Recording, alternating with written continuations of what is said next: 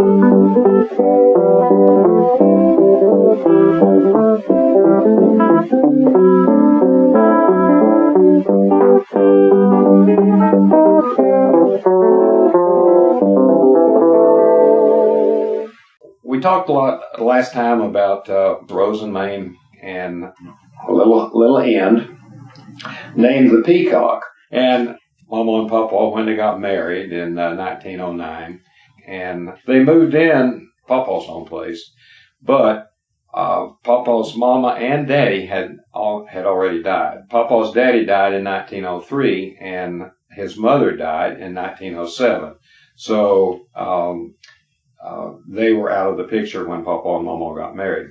And Papa was the sixth of 7 children. Andrew, Uncle Andy was the oldest. Then came Rose Honor, Mame Mary, Ada, James Austin, William Singleton, and finally Ellen Virginia, Aunt Ellen. And of the 7 children, Andy, then 36 years old, was the only one living outside the home. Even though Rose was 34 and Mame was 31, they were still living in the home. Rose and Mame were the next in line. Uncle Andy the oldest, Rose and Mame were the second. Ada died before I was born. She married Pinckney Stepp in 1909, so she married Pinckney about the same time that Papa married Mama. So she may have been out of the house at that time, or she might have gotten married after they got married, but it was in the same year, in 1909. She died in June of 1914 with no children. So Pinckney, Benjamin then turned around in 1914, the same year that Ada died. Benjamin turned around and married Ada's niece, who was the daughter of Uncle Andy and Aunt Vanie, 16-year-old Cynthia. But I remember Uncle Andy and his wife, Aunt Vanie, really well. They had 4 children, Cynthia, James, Louise, and Mitchell. Cynthia married Pink Stepp. James never married and committed suicide when he was 38 years old. Louise married Fax Jones, and Mitchell married Ethel Laura Annie Davis.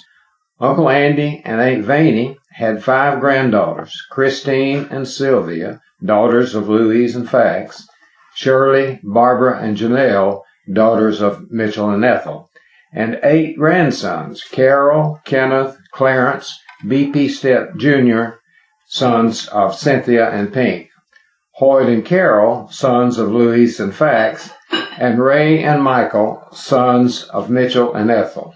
And, of course, all those kids went to school with me and Wayne. That takes us to Uncle Austin. He was 3 years older than Papa. Also, he was never married. He was a really interesting individual, though. He was skilled in plumbing and electricity. Never had any, what would you call it, no training in it. I mean, he just understood plumbing and electricity. He installed the electrical and plumbing in Mama and Papa's house out there, and installed the electric in Mom and Daddy's house. Very laid-back individual. He never got in a hurry. He was always slow. Did a lot of odd jobs for Uncle Andy at the Beehive, for Uncle Jim and Aunt Minnie. He just kind of rotated around from family to family, and Aunt Sally Flack. And I don't know, I guess a lot of people probably would have called him a little bit lazy.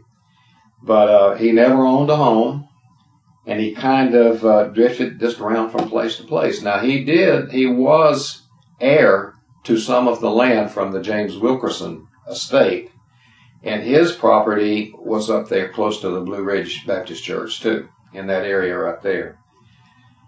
I don't think I ever saw him wearing anything but overalls and an overall jacket. And he always claimed that whatever kept the cold out would keep the sun out. So he wore this jacket year-round, not in the summer, as well as the winter. I guess Uncle Austin's teeth were a little bit bad, because anytime he would come up to the house in the summer and get an apple, he would sit there, he'd split the apple in half, and then he would use his knife and just shave a little bit of the apple off. It was almost like applesauce. And that's the way he would eat his apple. And Mama would wash clothes for him. He'd bring some clothes up there, and she'd wash the clothes for him. And Uncle Austin would get out on the porch and change from his old clothes into his new clean clothes. And, the porch, of course, was visible from the road, and wasn't much traffic in those days, so it didn't seem to bother Uncle Austin at all.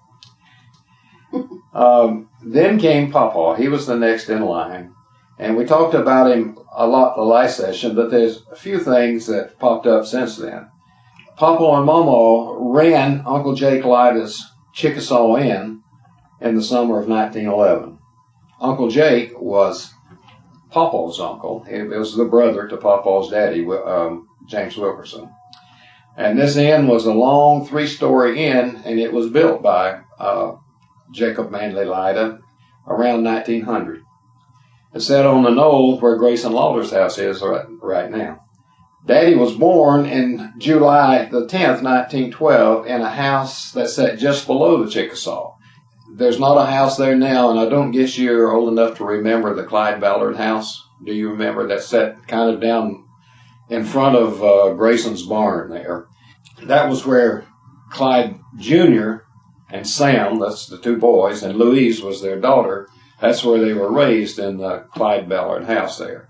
But before the Clyde Ballard house, there was another house that sat there. And that was in 1912 when Daddy was born, and that's where he was born, in that house that became then the Clyde Ballard house. Something that was talked about, never talked about to me, but according to our Lyda historian, Forrest Edgar Lyda, there was a big disagreement between Papa and his brother Andy about the estate. And this disagreement almost led to violence between the two brothers. As a result, Papa sold his interest in the James Wilkerson estate to J.M. Lyda, Jacob Manley Lyda, who was Papa's uncle, Papa's daddy's brother, on November the 10th, 1909. Now, that was just 2 months after he and Mama got married. So when they were married, he knew that there was a problem with the estate and that he was going to sell.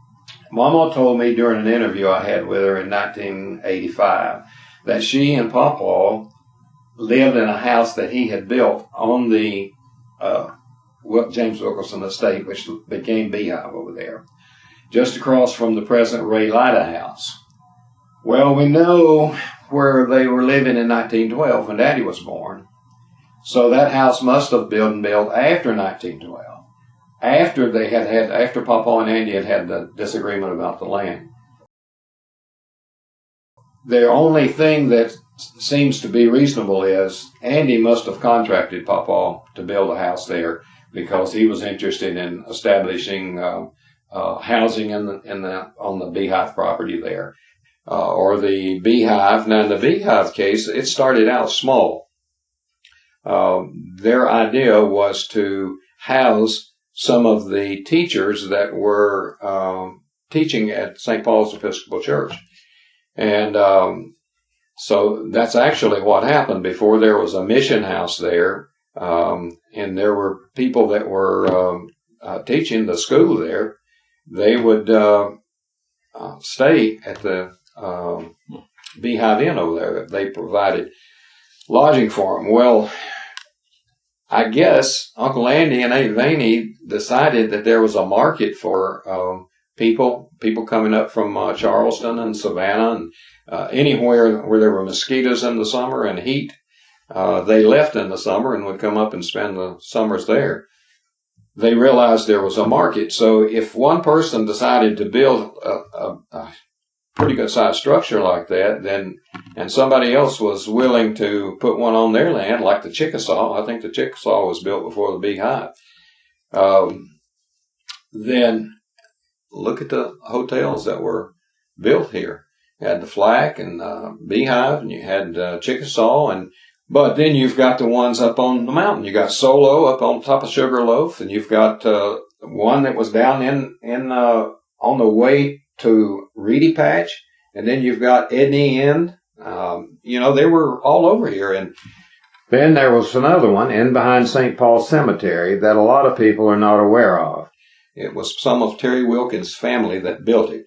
And he's the one that gave me the picture. He had gotten it from the Genealogy Society. It was a tall 3-story hotel called the Recreation and was located within reach of Whitaker's Crossroads and the Roosevelt Post Office, which was owned and run by Thomas Andrew Washington Lyda. Tall, as he was called, sold 107.5 acres of land to James Kennedy Jake Livingston, J.K., of Charleston, South Carolina in 1920. J.K. then built the hotel on that tract of land the same year. It burned to the ground about a year after it was built. Ironically, the Livingston family, who lived at the hotel, boarded for a stretch of time at the Beehive Inn before removing to Hendersonville. Besides the inn, J.K. Livingston also owned Cinderella Boot Shop and the Bandbox, the latter a teen hangout of Hendersonville's 4th Avenue. So Andy must have contracted Papa to build a house on the Beehive property there. I never learned, never heard, or nobody ever told me when that house was built or how long Mama and Papa lived in it. But I imagine it wasn't but a few years before Papa bought the property on St. Paul Road.